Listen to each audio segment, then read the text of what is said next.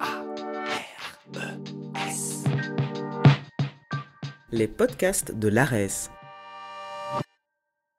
Votre passeport sonore pour mieux connaître et mieux comprendre l'enseignement supérieur en Fédération Wallonie-Bruxelles.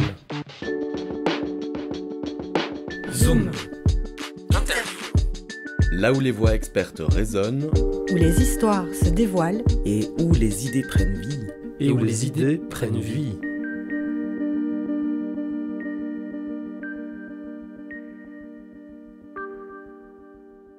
Bonjour et bienvenue dans ce nouvel épisode des podcasts de l'ARES. À l'ARES, nous sommes convaincus que les établissements d'enseignement supérieur ont un rôle essentiel à jouer dans la transition écologique et sociale. C'est pourquoi, depuis 2018, nous soutenons des initiatives concrètes à travers un appel à projet annuel financé par la Fédération Wallonie-Bruxelles à hauteur de 200 000 €. Cet appel à projet annuel est coordonné par une commission de l'ARES, à savoir la commission développement durable. Il a pour ambition de soutenir des actions concrètes et innovantes dans les établissements d'enseignement supérieur. Les projets sélectionnés peuvent porter sur des thématiques très diverses comme l'alimentation durable, la biodiversité, la diminution énergétique, l'intégration du développement durable dans les cursus, la lutte contre la pollution numérique, la mobilité douce, la préservation de l'eau, le recyclage et le surcyclage, la sensibilisation du développement durable ou encore l'objectif de zéro déchet. Au total, une centaine de projets pour un montant d'1,5 million d'euros étalés sur 9 ans. Aujourd'hui, nous avons souhaité mettre en lumière l'un de ces projets pour illustrer concrètement l'impact de cet appel à projet sur le terrain. Pour ce faire, nous sommes remontés en 2022 à la création du réseau Prof en Transition. Celui-ci a pour objet de mettre en lien les enseignants des hautes écoles et des universités qui se sentent concernés par la transition écologique et sociale de notre société qui est en profonde mutation. L'enjeu est de constituer une communauté d'apprentissage et de réflexion parmi les enseignants qui souhaitent intégrer les enjeux de durabilité dans leur pratique pédagogique.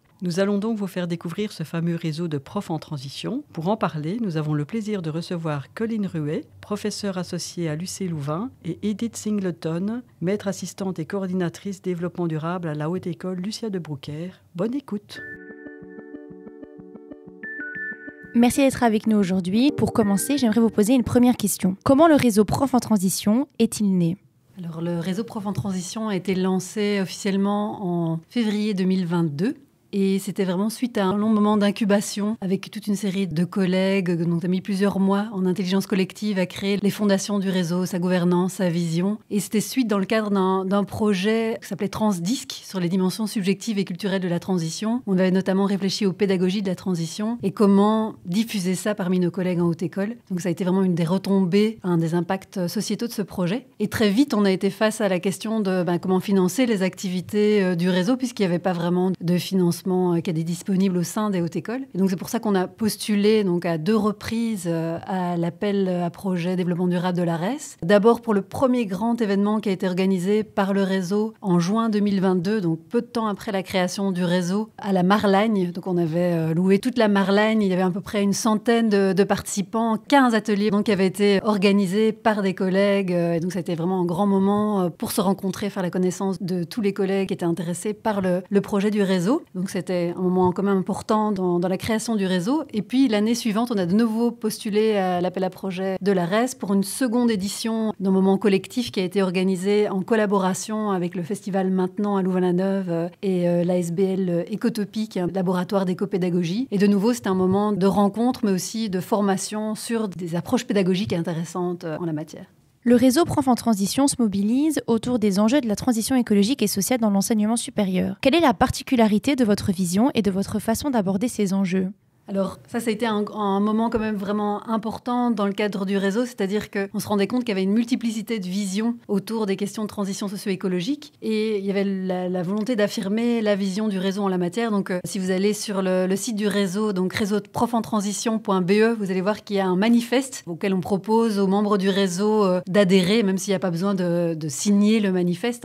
Et c'est une vision qui repose à la fois sur une vision en termes de soutenabilité forte, la question de l'importance aussi de penser la transition, pas simplement dans des dimensions extérieures de changement de comportement et de structure, mais aussi de réfléchir aux dimensions intérieures de la transition, des aspects plus subjectifs et culturels liés à la transition socio-écologique, et notamment dans notre boulot de professeur. Et la question donc, qui porte sur notre relation au vivant, donc on a vraiment mis la question de notre relation au vivant aussi au centre de ce manifeste. Et alors on a décliné ça aussi, puisque c'est pas simplement une vision, c'est aussi une envie de travailler ensemble, de se mettre en relation. Et donc il y a 4 grandes missions qui sont données au réseau. Le fait de favoriser les liens entre des personnes qui peuvent être un peu des têtes chercheuses dans les différentes institutions qui s'intéressent aux pédagogies de la transition, mais qui sont peut-être un peu isolées dans leur institution. Donc il y a la question de favoriser la mise en lien, la création d'une vision commune. L'idée aussi de pouvoir échanger, créer une culture commune, s'enrichir mutuellement, etc. Et puis une question aussi d'être éventuellement un incubateur de projets. Donc là, c'est par exemple autour des bourses ARES et de la prochaine bourse ARES, c'est l'idée de pouvoir aussi travailler ensemble à créer des choses collectivement.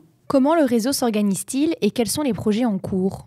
Alors, simplement insister sur le fait que le réseau est bien ouvert à tous et à toutes. Et donc, on était au départ principalement des enseignants de haute école. On se dit vraiment maintenant, il y a un effort qui est fourni de s'ouvrir aux autres formes d'enseignement, donc université, haute école supérieure des arts, et vraiment un focus cette année sur l'enseignement pour adultes, qu'on appelait avant promotion sociale. Vraiment tout réseau confondu, donc vraiment la volonté de se dire que peu importe dans quel établissement vous enseignez, vous trouverez une oreille attentive, on pourra discuter, peu importe le réseau, le financement, le pouvoir organisateur, etc. Et puis, l'idée aussi d'un profil disciplinaire variés au sein du réseau. Donc, on essaie de décloisonner un peu les disciplines. Donc, peu importe la matière à la limite que vous enseignez ou votre sujet de recherche, de prédilection, c'est vraiment bienvenu à tous et à toutes. Le réseau Prof en transition fonctionne donc avec une équipe de coordination. Vous avez 2 membres de la coordination présents aujourd'hui, avec une équipe de coordination et puis toute une équipe de pépinière. On a appelé la pépinière au départ de la création du réseau, qui sont des membres un peu plus mobilisables, plus facilement mobilisables quand on doit se réunir et réfléchir ensemble. Et puis, tous les membres qui vont et qui viennent un peu plus librement. Ça représente quand même, Colline évoquait le chiffre de 100 personnes. On est à, je crois, 200 personnes qui ont signé le manifeste. Donc, chacun vient y chercher quelque chose. Pour les projets, pour le futur, désolé. On a donc le projet pour l'année prochaine de déposer encore une demande de financement à la Bourse Développement Durable de l'ARES. Ça sera un projet qui est orienté vers la création d'une communauté de pratique. L'idée, c'est vraiment que les enseignants, les enseignantes qui cherchent un peu à comment intégrer ces enjeux de transition dans leurs cours viennent se nourrir mutuellement et réfléchir ensemble surtout à différentes thématiques. Alors, les 2 thématiques qu'on a envisagées, ça serait tout ce qui est pratique du dehors. Donc, on sait que l'école du dehors a vraiment vécu un moment d'engouement dans les écoles, principalement les écoles primaires, et puis qu'on voit qu'on essaye aussi, on expérimente dans le secondaire et dans le supérieur. Donc nous, on aimerait essayer de réfléchir ensemble à cette pédagogie du dehors, par la nature, dans la nature, adaptée à l'enseignement supérieur. Et l'autre thématique, ça serait aussi tout ce qui est les outils que nous, on a appelés les outils un peu clés en main. On a des fresques du climat, des ateliers d'automne, des outils qu'on vient vraiment utiliser tel quel dans nos cursus. Et nous, on aime bien prendre avec le réseau Prof en transition un pas de recul et se dire, voilà, qu'est-ce que ça vient questionner, pourquoi utiliser tel outil et pas un autre, et qu'est-ce que je mets derrière ça quand j'utilise tel type d'outil. Ça, c'est le projet donc, pour Bourse Développement Durable de l'année prochaine, communauté de pratique. Et quelles sont vos ambitions pour le réseau sur le moyen et le long terme, et quels seraient les moyens ou ressources nécessaires pour réaliser cette vision ? Alors, je dirais que le réseau serait déjà très heureux de continuer à vivre et d'avoir aussi des forces vives qui viennent nous rejoindre. On est toujours dans un processus où on essaie de recruter, alors c'est peut-être pas le bon mot, mais d'avoir des gens qui viennent aussi alimenter nos réflexions, de rester vraiment ouverts et d'avoir de plus en plus de membres, on l'espère, pour alimenter aussi ces réflexions. Pour l'année prochaine, on a vraiment cette communauté de pratique qui va être l'événement central. On va mettre probablement un peu de côté un autre projet dont on n'a pas encore parlé, mais c'est les midis du respect. C'était des midis qui étaient organisés en ligne dans une formule où on invitait des experts, des expertes pour une thématique bien précise. On va voir un peu quelle tournure ça peut prendre aussi avec cette communauté de pratique. Probablement que ces midis respect vont venir alimenter les réflexions de la communauté de pratique. Nos grands enjeux actuellement, c'est vraiment la question du financement. Donc on est chaque fois, on vous l'a dit déjà à plusieurs reprises, soumis à des appels à candidature. Donc on doit venir à chaque fois rechercher des financements d'année en année. Et donc c'est pas une façon très saine pour nous de pérenniser aussi le réseau à plus long terme. Donc on vit un peu peut-être pas au jour le jour, mais d'année en année. Et donc je crois que le vrai défi pour les réseaux Prof en transition, c'est de continuer à avoir une forme de communication envers l'extérieur, pouvoir alimenter son site internet, le remettre à jour, etc. C'est toutes des choses pour lesquelles on n'a pas vraiment de financement. Donc c'est toujours des énergies bénévoles, c'est organiser des événements, des choses comme ça, très chronophages. Donc je pense que là, vraiment le soutien financier un peu plus structurel et à long terme nous aiderait à voir aussi nous à plus long terme, quoi. Et comment peut-on rejoindre le réseau Prof en Transition ? Mais donc le réseau Prof en Transition a un site internet, vous pouvez le trouver assez facilement, mais bien préciser réseau Prof en Transition Belgique. Et alors une adresse mail réseauprofentransition@outlook.com qui se trouve également sur le site internet. Et puis encore un petit conseil, vous trouvez sur le site internet toutes les activités, les événements à venir, mais aussi les événements passés. Et c'est là notamment que vous pouvez retrouver les replays de nos séances de Midi Respect. Merci à vous deux pour cet échange et merci à vous qui nous écoutez. À bientôt.